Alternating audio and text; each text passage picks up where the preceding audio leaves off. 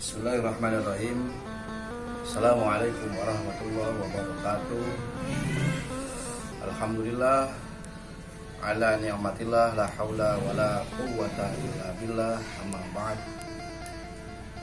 Di siang menjelang sore ini, alhamdulillah kami masih diberikan kesehatan walafiat, nikmat panjang umur dari Allah Subhanahu wa Ta'ala, masih bisa menolong kepada sesama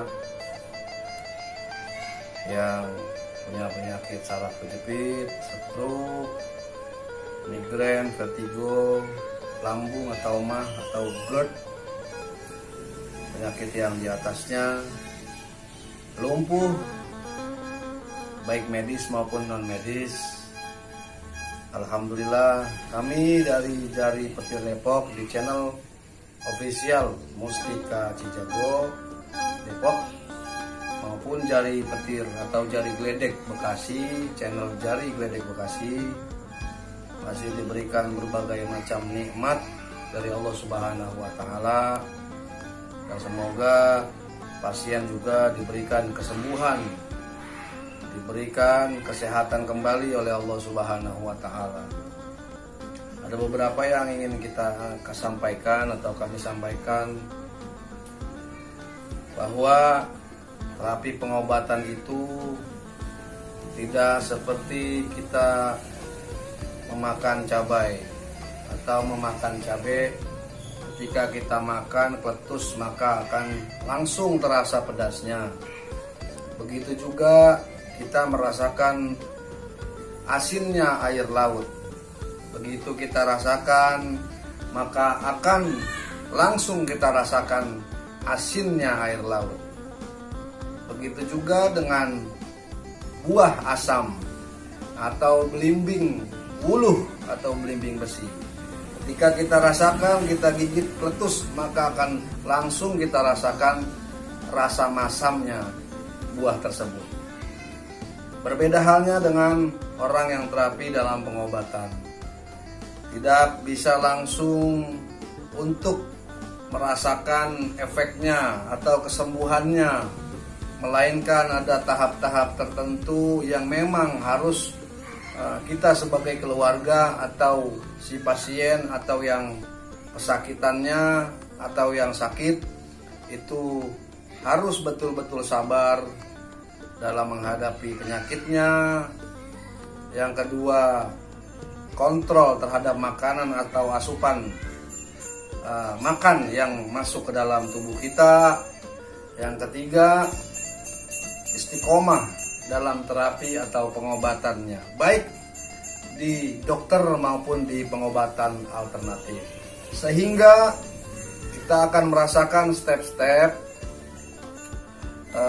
kemajuan atau grafik dari kesehatan kita, dari penyakit yang kita derita, apakah ada peningkatan atau tidak ada. Siogianya dalam hal pengobatan atau terapi alternatif, kita selain sabar, ikhlas, dan juga tidak ada hal yang memang instan seperti kita makan Indomie langsung matang gitu, langsung sembuh atau langsung sehat kembali dari penyakit kita. Namun yang tadi saya bilang, harus ada sabar, harus ada ikhlas, harus ada istiqomah, harus ada kontrol terhadap makanan yang masuk. Contohnya seperti kita punya penyakit diabetes. Nah, maka makanan-makanan yang masuk harus kita perhatikan. Jauhkan dari makanan-makanan yang mengandung manis atau mengandung glukosa dan lain-lain sebagainya. Contoh juga penyakit kolesterol. Maka alangkah baiknya kita menjauhkan dari yang namanya gorengan-gorengan, yang namanya yang makanan mengandung santan dan lain-lain sebagainya. Oleh karena itu saya mengimbau kepada pasien-pasien atau keluarga yang sakit untuk mengingatkan atau watawasau bil haq dalam kebaikan kepada si yang sakit. Karena ketika orang contoh orang yang punya penyakit stroke itu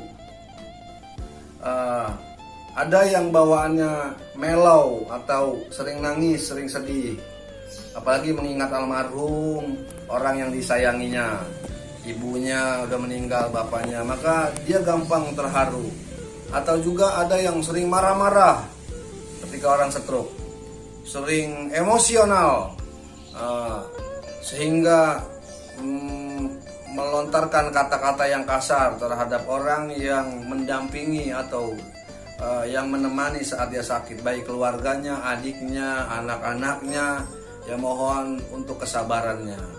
Jadi itu hal-hal yang perlu diperhatikan, kurang lebihnya nanti akan kita lanjutkan kembali di part selanjutnya. Terima kasih, salam sehat dari Petir Depok, channel official Mustika Cijago.